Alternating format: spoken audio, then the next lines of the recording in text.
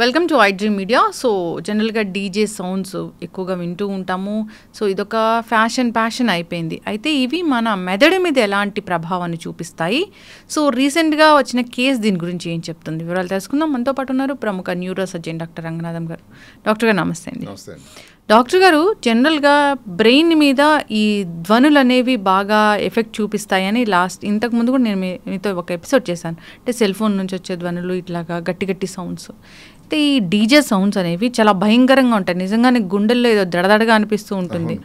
వింటేనే చెవులుపోతాయన్న అలా ఫీలింగ్ అనేది ఉంటుంది. అంత సౌండ్స్ని ఎంజాయ్ చేస్తూ ఉంటారు. ఇది ఇప్పుడు ట్రెండ్ అనుకోండి. ఎస్. అయితే ఛత్తీస్గఢ్లో ఏదో ఒక కేసు వచ్చింది. దీనివల్ల బ్రెయిన్లో ఒక ట్యూమర్ వచ్చింది అని అన్నారు. ఏంటి డాక్టర్ గారు? బ్రెయిన్లో ట్యూమర్ కాదండి. విషయం జరిగింది ఏంటి, బ్రెయిన్లో హెమరేజ్ వచ్చింది, రక్తస్రావం జరిగింది. అదేంటి అప్పటికప్పుడే, అది ఏదో కొన్నాళ్ళ తర్వాత ఎక్స్పోజర్ మొబైల్ ఫోన్ లాగా వచ్చిన బ్రెయిన్ ట్యూమర్ లాంటిది కాదు అది. తర్వాత మనం మొబైల్లో కూడా మనం సౌండ్ల గురించి మాట్లాడలేదు, దాని గురించి రేడియేషన్ ఎఫెక్ట్ గురించి మాట్లాడుకున్నాం. ఈ రెండు విషయాలు. ఇప్పుడు మొట్టమొదట ఈ ఛత్తీస్గఢ్లో బలరాంపూర్ అనే ఊర్లో 40 సంవత్సరాల వ్యక్తి సడన్గా అతనికి మెదడు లోపల రక్తస్రావం జరిగింది. దానికి కారణం ఏమిటి అని విశ్లేషణ చేస్తే చాలా ఇంట్రెస్టింగ్గా ఉంది. ఇంట్రెస్టింగ్ ఏమిటంటే, ఆయన 40 సంవత్సరాల వయసు.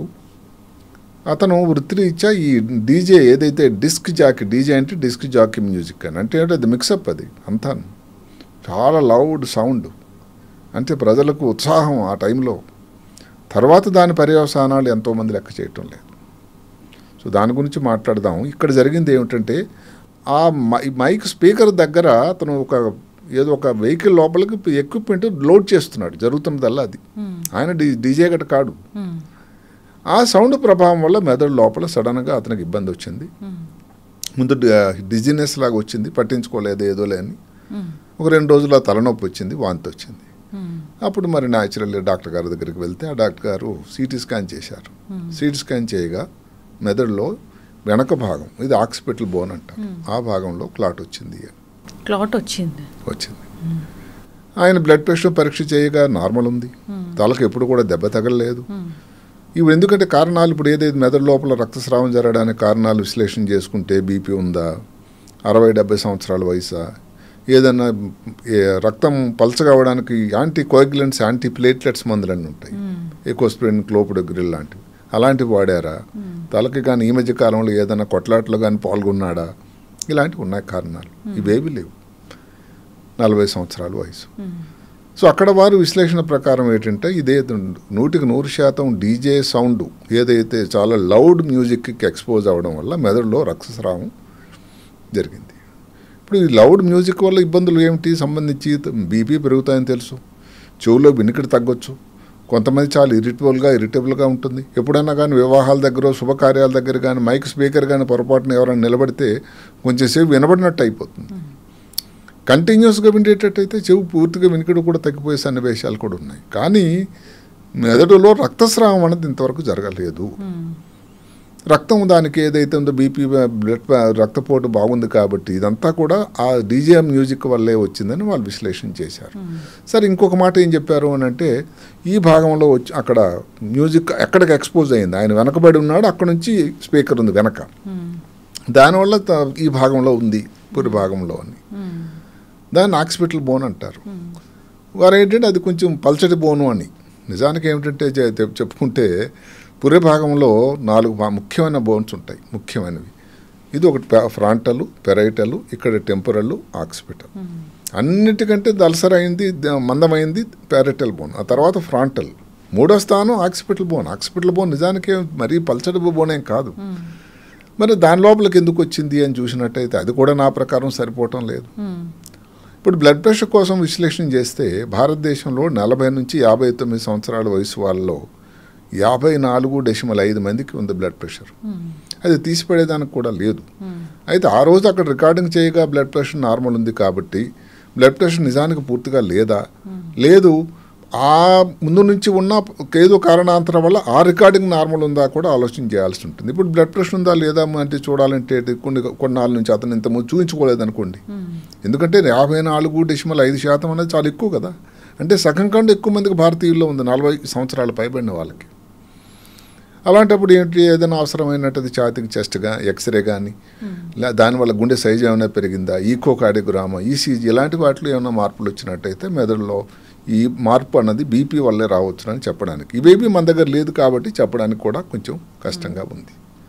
ఇప్పుడు సౌండ్ గురించి మాట్లాడుకుంటే మామూలుగా మనం ఇద్దరం మాట్లాడుకుంటున్నాం. ఈ సౌండ్ తాలూకా ప్రమాణ సూచిక ఏమిటంటే DBS అంటారు, డెసిబిల్స్ అని. నార్మల్గా మన ఇద్దరు మాట్లాడుకున్నది 60 నుంచి 70 డెసిబిల్స్ అండి. ఇప్పుడు ఎవరైనా ఇప్పుడు రెసిడెన్షియల్ ఏరియాస్ ఉన్నాయనుకోండి, ఇప్పుడు ఎవరైతే అందరూ ఇంటి దగ్గర ఉంటారో అది అక్కడ 55 నుంచి 45, అంటే రాత్రి మీద 45 డెసిబిల్స్, పగలైతే 55. కమర్షియల్ కాంప్లెక్స్ అంటే కొంచెం మాటలు ఎక్కువ అవుతాయి కదా, 55 నుంచి 65. అంటే రాత్రి ఇప్పుడు కూడా తక్కువ ఇచ్చారు. ఇది ఒక నిర్దేశకం, ఇవన్నిటికీ ఉన్నాయి పర్మిసబుల్ లిమిట్స్ అని. లేదు ఎక్కడైనా ఇండస్ట్రియల్ జోన్ అనుకోండి 75 నుంచి 80 వరకు. మీరు నమ్మండి, ఈ డీజే వల్ల 110 నుంచి 130 వరకు డెసిబిల్స్ వస్తున్నాయట.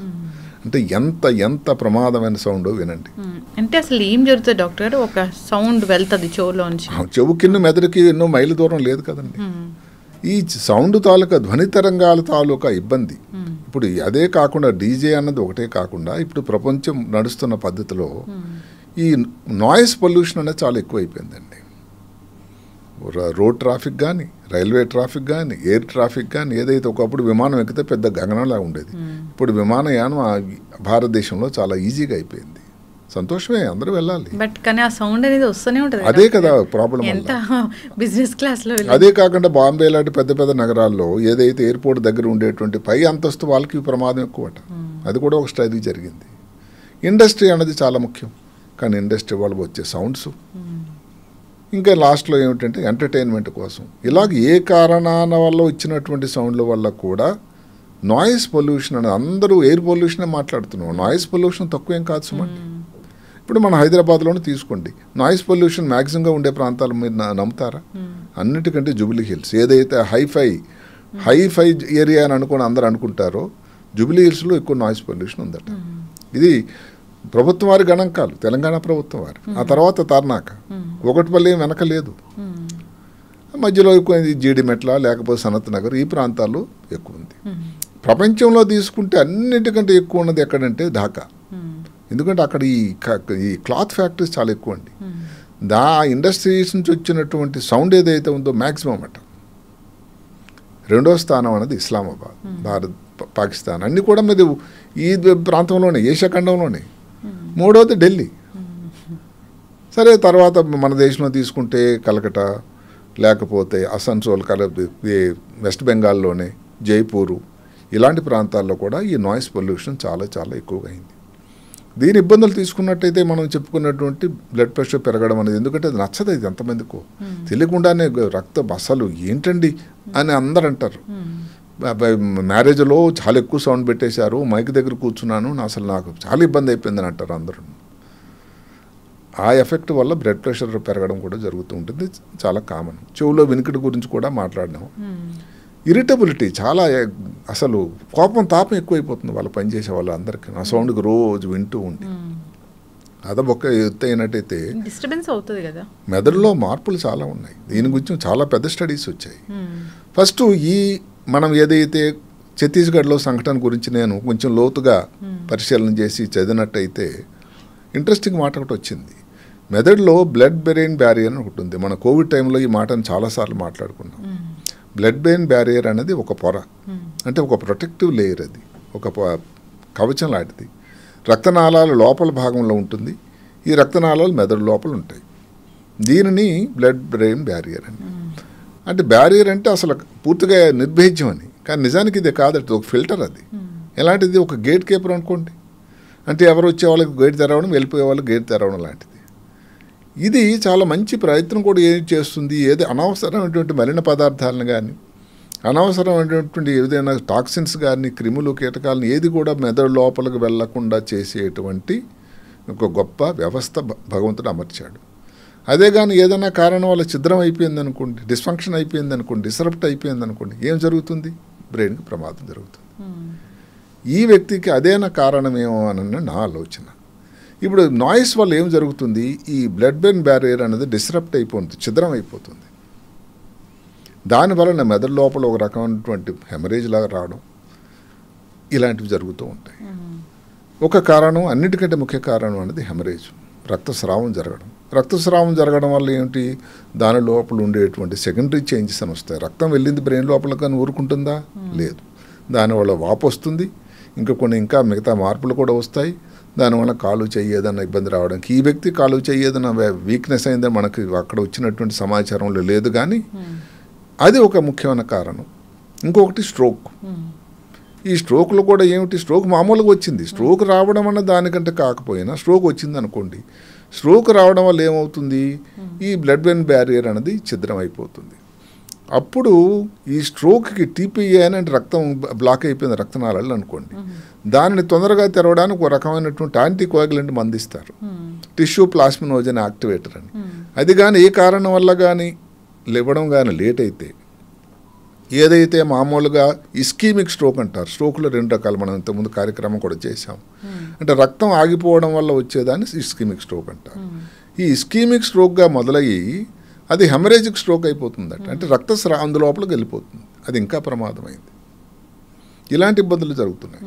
అదే కాకుండా ఇన్ఫ్లమేషన్ అండి, మెదడు లోపల వాపు, ఈ టాక్సిన్స్ ఏదైతే నార్మల్గా మెదడు లోపల గట్టి ప్రవేశం కూడా అవకాశం లేనటువంటి టాక్సిన్స్ అనేటి చెడు పదార్థాలు, దుష్పదార్థాలు మెదడు లోపలికి ప్రవేశించి అక్కడ ఉండేటువంటి కొన్ని సెల్స్ ఉంటాయి, మైక్రోగ్లయా అని, ఆస్ట్రోసైట్స్ అని, అవన్నీ కూడా ఓవర్ యాక్టివేట్ అయిపోయి మెదడు లోపల ఉండాల్సిన రక్తం, అంటే ప్రతిదానికి సృష్టికర్త ఏరియాలో ఉండాలి, ఏరియాలో రక్తం కణాలు లోపల ఉండాలని చెప్పాడు ఆయన. రక్తనాళాలు లోపల, అవి బయటకు వస్తే దాని ఇబ్బంది దానికి ఉంటుంది కదా. ఇవే ఈ బ్లడ్ బ్రెయిన్ బ్యారియర్లు తాలూకా ఛిద్రం అవడం వల్ల వచ్చింది. అందువల్ల ఇప్పుడు ఇతనికి కారణాలని బ్లడ్ ప్రెషర్ లేదు కాబట్టి, అదే కాకుండా దెబ్బ తగలలేదు కాబట్టి, కానీ హెమరేజ్ అయితే బ్రెయిన్లో అయింది కాబట్టి, అంటే మనం చెప్పాల్సిందల్లా ఏమిటి, ఈ సౌండ్ వల్ల, నాయిస్ వల్లే వచ్చింది. నాయిస్ వల్ల రావడానికి కారణం ఏంటి అని ఆలోచిస్తే, ఈ బ్లడ్ బ్రెయిన్ బ్యారియర్ అనేది ఏదైతే ఉందో అది ఛిద్రం అయిపోవడం వల్ల, డిస్రప్ట్ అయిపోవడం వల్ల వచ్చినటువంటి విషయం అని నాకు అనిపిస్తూ ఉంది. ఇది మనం నిజానికి దగ్గరగా అనిపిస్తూ ఉంది. అదే కాకుండా ఇప్పుడు సౌండ్ గురించి మనం ఏదైతే వాతావరణం పొల్యూషన్ అనుకోండి, వాయు కాలుష్యం కాదు, నాయిస్ కాలుష్యంగా ఆలోచించినట్టయితే 2 మాటలు, న్యూరోసైకాట్రిక్ డిజార్డర్ చిన్నపిల్లల నుంచి పెద్దవాళ్ళలో కూడా. అంటే ఏమిటి, యాంగ్జైటీ, డిప్రెషను, కోపం, తాపం, జ్ఞాపక శక్తి తగ్గిపోవడం, ఆలోచన శక్తి తగ్గిపోవడం, అదే కాలిక్యులేషన్ కానీ కాగ్నిటివ్ డిక్లైన్ అంటారు, అవి చాలా చాలా ఎక్కువ అవుతుంటాయి. తల్లి గర్భంలో ఉంది, ఈ నాయిస్ పొల్యూషన్ కానీ దానికి లోన్ అయ్యారనుకోండి, వాళ్ళకి పుట్టబోయే పిల్లల్లో వాళ్ళు మార్పులు కనబడుతున్నాయట. అదే కాకుండా ఇప్పుడు కామన్గా ఏదంటే మన భారతదేశంలో 65 సంవత్సరాలు పైబడిన వాళ్ళు చాలా ఎక్కువ మంది ఉన్నారు. పార్కిన్సన్ వ్యాధి అన్నది, ఆల్జిమర్స్ వ్యాధి అని, డీజనరేటివ్ డిజీజ్ అంటాం. అలాంటి ఆల్జిమర్స్ వ్యాధి అన్నది జనరల్గా పెద్ద వయసులో వస్తుందని కూడా మనం అనుకుంటూ ఉంటాం.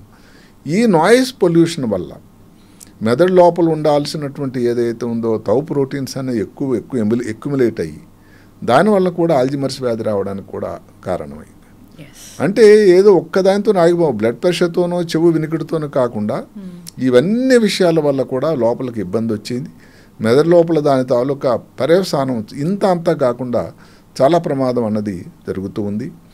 అందుకని భారత ప్రభుత్వం కూడా దీని మీద దృష్టి పెట్టాలి. ఇండస్ట్రియల్ ఇది లేకపోతే ట్రిలియన్ ఎకానమీ ఇంకా దగ్గరలో 2047 కల్లా మనం 3వ స్థానానికో 2వ స్థానానికి ప్రపంచంలో ఆక్రమించాలనే ఆలోచన ఒకటి ఉండేటట్టయితే ప్రజల తాలూకా ఇప్పుడు చూడండి, ఇన్ని ఆరోగ్యపరంగా ఆలోచిస్తే ఎకనామిక్గా ముందు ఉండనటువంటి దేశాలు, మీరు అమెరికా తీసుకోండి, ఇంగ్లాండ్ తీసుకోండి, చైనాలో అయితే మనకు పూర్తిగా వివరాలు రావు. ఎక్కడ కూడా ఇంత నాయిస్ పొల్యూషన్ లేదే, మన దగ్గర మాత్రమే ఉంది. మరి తర్వాత మామూలుగా ఎకానమీ బాగా ఉండేటువంటి బంగ్లాదేశ్లో మొన్నటి వరకు, అంత ఇప్పుడు ఏం జరుగుతున్నది మనం పక్కన పెడదాం, మొన్నటి వరకు మరి ఆ ఎకానమీ చాలా ఒక స్టేజ్లో భారతదేశం కంటే వాళ్ళ జీడిపి ఎక్కువ ఉందన్నారు. అలాగే వియత్నాం, ఈ అన్నింటిలో కూడా నాయిస్ పొల్యూషన్ చాలా ఎక్కువ ఉందట. అందుకని ప్రభుత్వం వాళ్ళు కూడా దాని గురించి కొన్ని చర్యలు తీసుకోవాలి.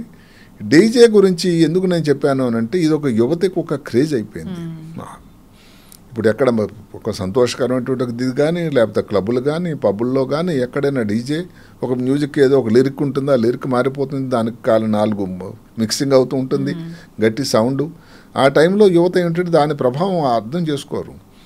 తర్వాత కాలక్రమేణా నిద్ర తక్కువ అయిపోవడం, ఇరిటబిలిటీ అయిపోవడం, ఇందాక చెప్పాను న్యూరోసైకాట్రిక్ ప్రాబ్లమ్ సరే ఇన్ని ప్రాబ్లమ్స్ తర్వాత స్ట్రోక్ కానీ హెమరేజిక్ స్ట్రోక్ రావడం కానీ లేకపోతే బ్లడ్ బ్రెయిన్ బ్యారియర్ అన్నిటికంటే ముఖ్యమైనటువంటి ప్రొటెక్టివ్ లేయర్ ఏదైతే కోవిడ్ టైంలో ఎవరికైతే ప్రాబ్లం వచ్చిందో అలాంటివి రాకుండా ఉండడానికి ఉపయోగపడిన పొర కానీ దానిలో రంధ్రాలు కానీ తెరయనట్టయితే అసలు వ్యక్తిత్వం మళ్ళీ ఒరిజినల్ వ్యక్తి కావడానికి ఆస్కారం ఏది ఉండదట. అందువల్ల నాయిజు ఈ పొల్యూషన్ మీద కూడా నాయిస్ బోర్డ్స్ అని ఉన్నాయి. పొల్యూషన్ బోర్డులో అందరూ కూడా ఒక వాయు కాలుష్యం మీద దృష్టి పెడుతున్నారు. దయచేసి వీటి మీద కూడా దృష్టి పెట్టాల్సినటువంటి, అదే కాకుండా అందరికి కూడా ఏంటంటే గుండె మీద ప్రాబ్లం వస్తుంది, గుండె పోట్లు వస్తున్నాయనో లేకపోతే బ్లడ్ ప్రెషర్ ఇందాక మనం చెప్పుకున్నట్టుగాను నాయిస్ వల్ల అనేది ఉన్నాయి. మెదడు మీద దాని ప్రభావం ఉంది చాలా తక్కువ మంది గమనించారు. ఇది ఒక పెద్ద ప్రాబ్లము. మనకు ఏదైతే ఛత్తీస్గఢ్లో రావడం సంతోషమే కాకపోయినా దాని బట్టి ప్రభుత్వానికి ప్రజలకి అందరికీ ఒక మేలుకొల్పు. దీని నుంచి సౌండ్ తగ్గించాలి. ఎందుకంటే పెర్మిసిబుల్ సౌండ్ ఇద్దరు మాట్లాడుకునేటప్పుడు 70 డెసిబుల్స్ అయితే 130 డెసిబుల్స్ దగ్గర నార్మల్ ఎట్లా అవుతుందండి? మెదడులో దాని ప్రభావం ఉంది, అందులో చెడు ప్రభావం రాకుండా ఎట్లా ఉంటుంది? ఇలాంటివన్నీ అందరూ కూడా ఆలోచించాల్సింది. ఇది కొన్ని మన చేతిలో లేనివి. ఎవరి మీద రోడ్డు మీద వెళ్తుంటే యాక్సిడెంట్ అవుతుంటే చాలా వరకు మన తప్పు ఉండకపోవచ్చు. ఇది మన చేతుల్లో ఉన్నవి. మ్యూజిక్ ఎంజాయ్ చేయడం నేరం కాదు. దయచేసి ఏదో మేము దాన్ని తప్పుగా మాట్లాడుతున్నాం కాకపోయినా అంత సౌండ్ డెసిబుల్స్ అన్నది.